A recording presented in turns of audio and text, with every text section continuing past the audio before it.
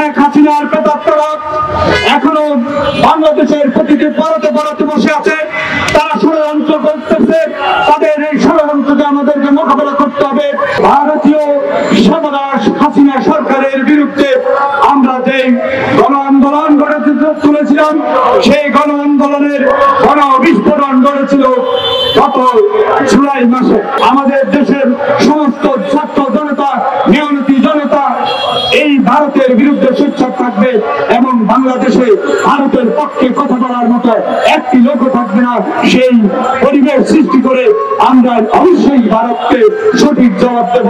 প্রিয় ভাইরা, বাংলার আকাশে আজকে আমরা আপনাদেরকে যে সালাম জানাচ্ছি, এটা অত্যন্ত নিঃশ্বাস নিয়ে এবং স্বতঃস্ফূর্তভাবে সালাম জানানোর একটা পরিবেশ পেয়েছে। এই পরিবেশটা সৃষ্টি করার জন্য দীর্ঘ 15টি বছর বাংলাদেশের মানুষ তিল তিল করে বাংলাদেশের এই প্রান্ত থেকে ওই প্রান্ত পর্যন্ত জনমত সৃষ্টি করে ভারতীয় সর্বনাশ হাসিনা সরকারের বিরুদ্ধে আমরা যে গণ আন্দোলন গড়ে তুলেছিলাম, সেই গণ আন্দোলনের গণ বিস্ফোরণ গড়েছিল গত জুলাই মাসে।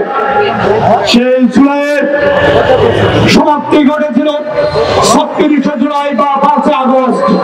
প্রিয় ভাইরা, আমরা ভারতের বিরুদ্ধে আন্দোলন করেছিলাম, ভারতীয় আগ্রাসনের বিরুদ্ধে আন্দোলন করেছিলাম। সেই আন্দোলন এখনো শেষ হয় নাই। বাংলাদেশে শেখ হাসিনার প্রেতাত্মারা এখনো বাংলাদেশের প্রতিটি পরতে পরতে বসে আছে। তারা ষড়যন্ত্র করতেছে।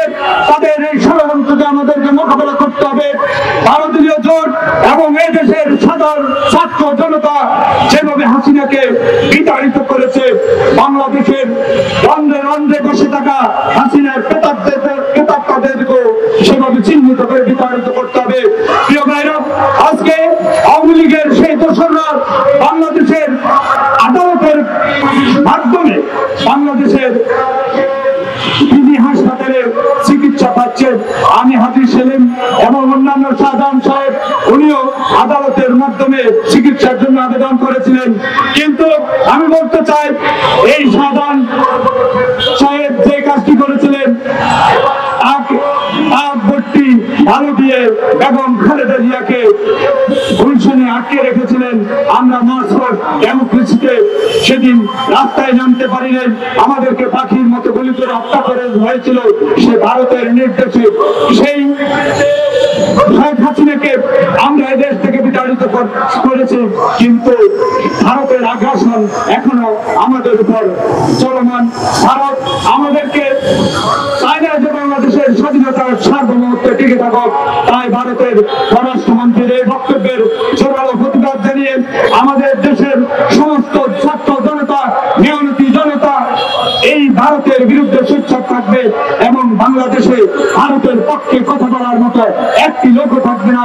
সেই পরিবেশ সৃষ্টি করে আমরা অবশ্যই ভারতকে সঠিক জবাব দেব। এই আশাবাদ ব্যক্ত করে আমরা ভারতের আগ্রাসনের বিরুদ্ধে আজকে এই সমাবেশে ভারতীয় জোটের নেতৃবৃন্দকে ধন্যবাদ জানিয়ে এবং আপনাদের সবাইকে ধন্যবাদ জানিয়ে আমার বক্তব্য এখানে শেষ করছি। আসসালামু আলাইকুম ওয়া রাহমাতুল্লাহি ওয়া বারাকাতুহু। সত্য, বস্তুনিষ্ঠ ও নিরপেক্ষ দৈনিক জনবাণী।